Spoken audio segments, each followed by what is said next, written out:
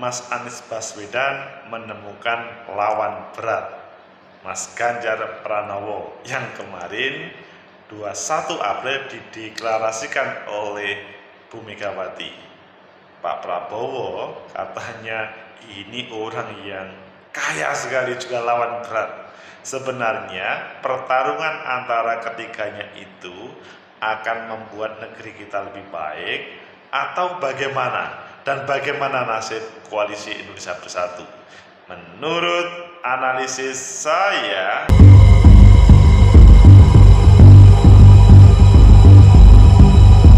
Assalamualaikum warahmatullahi wabarakatuh. Salam sejahtera untuk kita semua. Pecinta masa depan negeri, tegakkan kebenaran, lawan ketidakadilan. Menarik melihat dinamika yang ada di negeri ini. Sesudah lama Mas Anies menjadi tema perbincangan karena dia pertama kali yang ditampilkan sebagai bakal calon presiden, selanjutnya Mas Ganjar Pranowo. Tapi sebelumnya Pak Prabowo sebetulnya malah sebelumnya, jauh sebelumnya. Ayo kita baca di beberapa media pasca P3 kemarin mendeklarasikan mengusung Ganjar Pranowo, yang sebelumnya ada PSI, lebih khusus adalah PDI Perjuangan. Apakah ini membuat peta perpolitikan yang lebih liar, dan apakah akan membuat kebaikan untuk negeri ini? Pertama kita baca di Okezon, P3 dukung Ganjar Capres 2024, Golkar pastikan KIP tak bubar.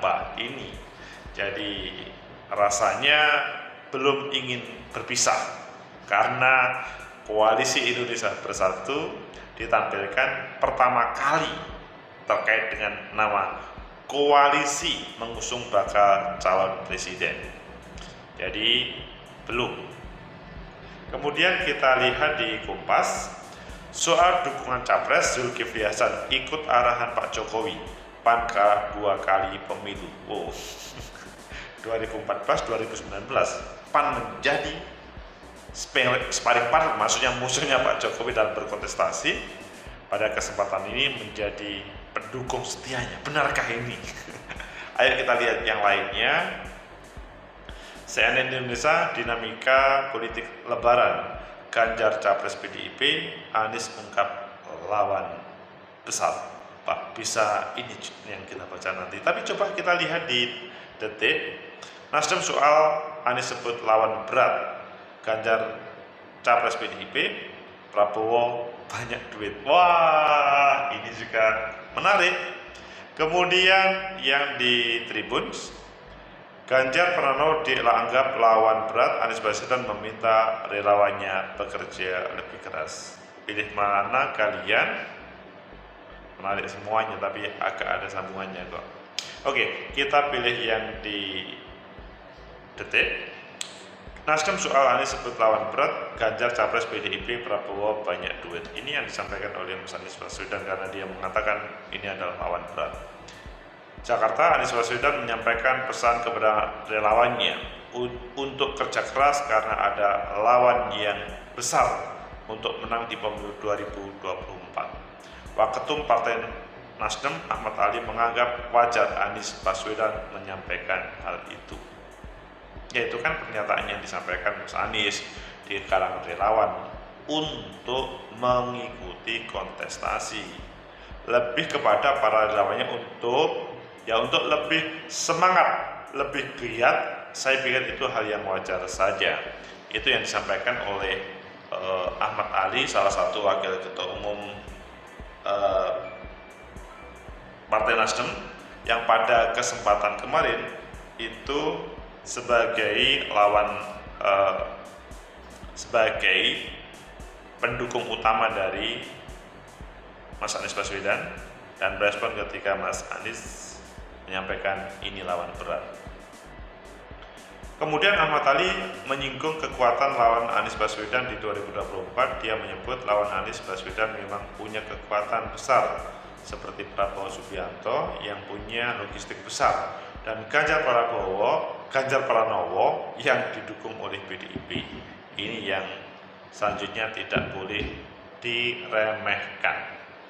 Kita tidak bisa pungkiri bahwa katakan Pak Prabowo, kalau kita lihat LHKPN-nya, itu calon presiden paling banyak duit, paling kaya lah, karena beliau background-nya sebagai pengusaha, keluarga yang memang selama ini eksis di dunia usaha. Nah, bahwa politik tidak bisa dihindari dengan biaya.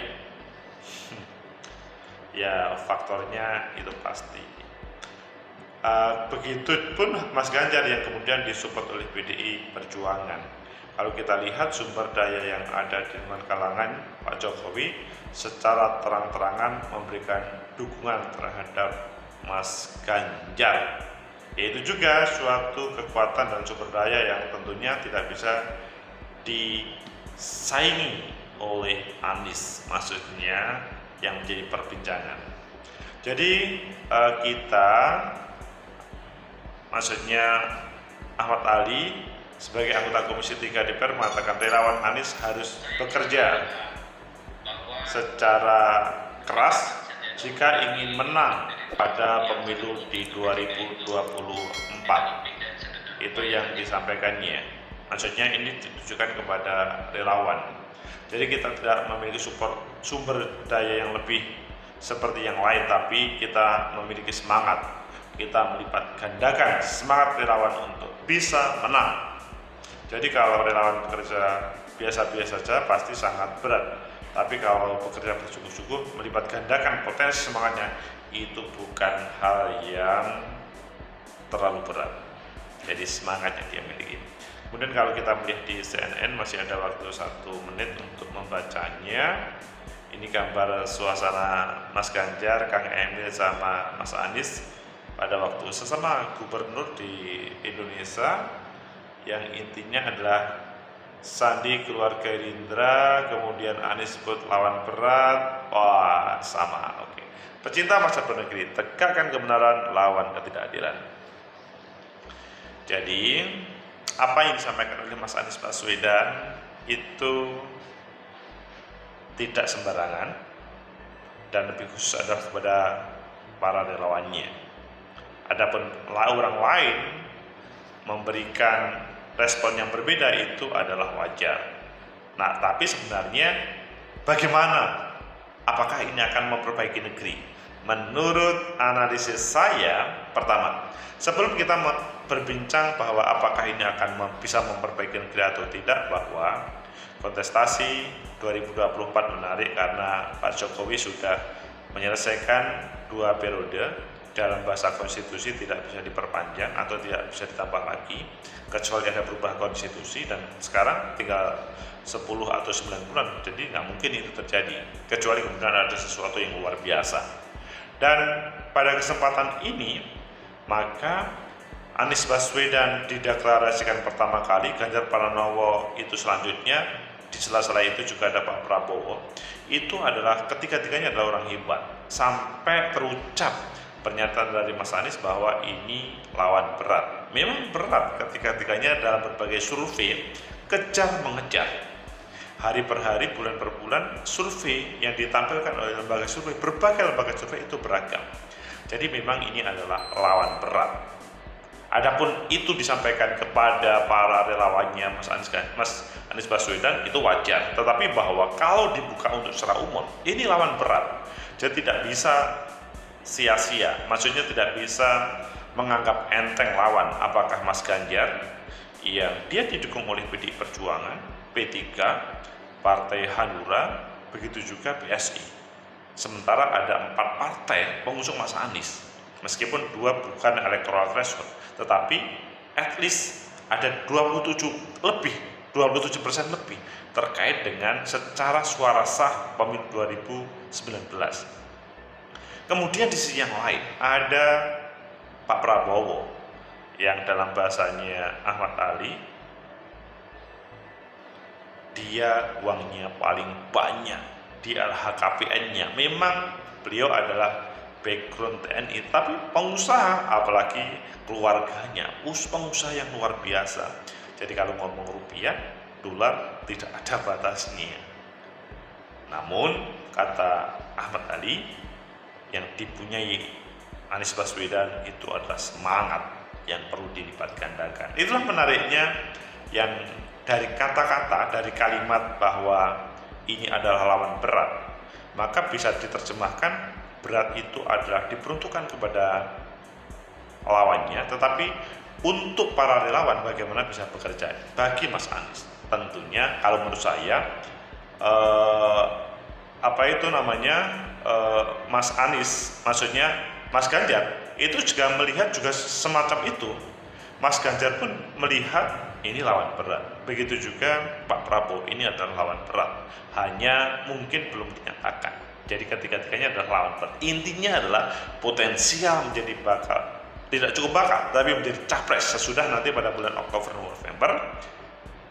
Kemungkinan besar ketiga-tiganya akan didaftarkan sebagai calon presiden. Kemudian yang kedua, pada kontestasi ini, apakah akan menghilangkan koalisi Indonesia Bersatu?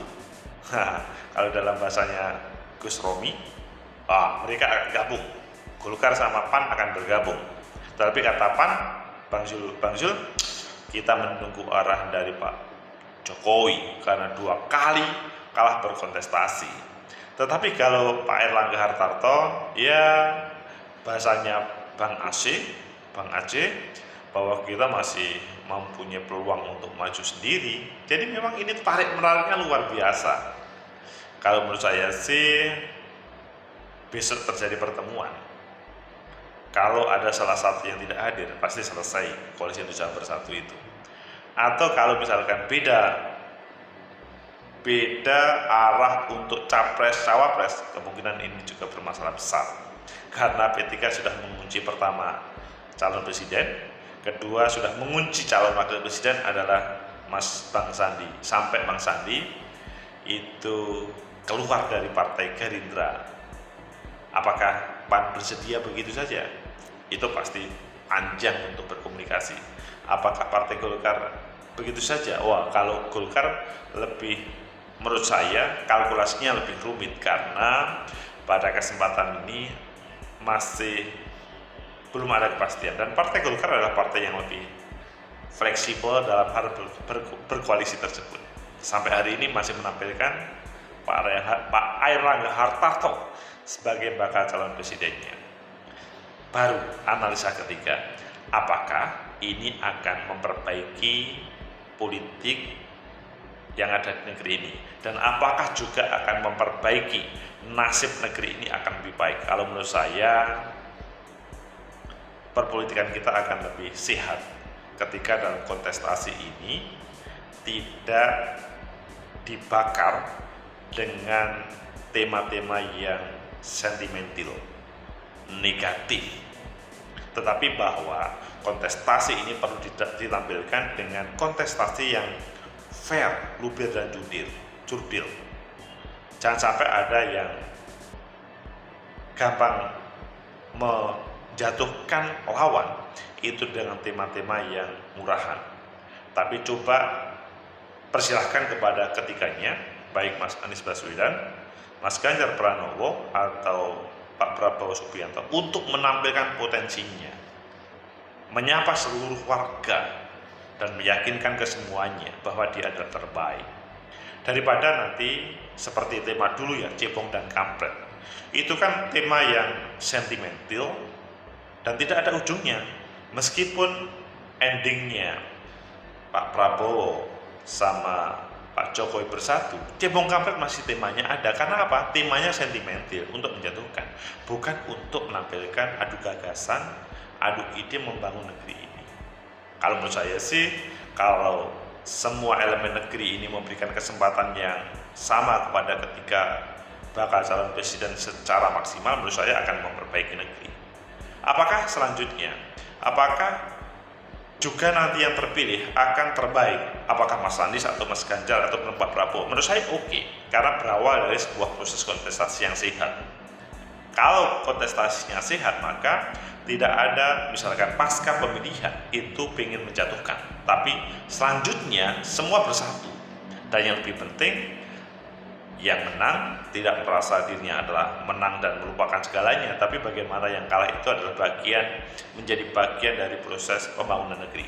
Apakah diposisikan sebagai oposisi yang sehat ataupun diposisikan sebagai menjadi bagian dari kepemimpinannya, itu adalah pilihan.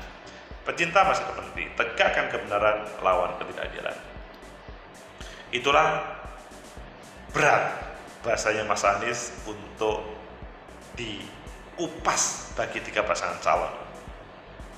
Saya pikir tidak ada lain kecuali memberikan kesempatan kepada 3 bakal calon presiden ini untuk tampil terbaik di hadapan masa kita, di hadapan masyarakat se-Indonesia. Tidak perlu negara lain intervensi untuk ini. Semoga bermanfaat. Like, subscribe, comment, and share. Sampai jumpa.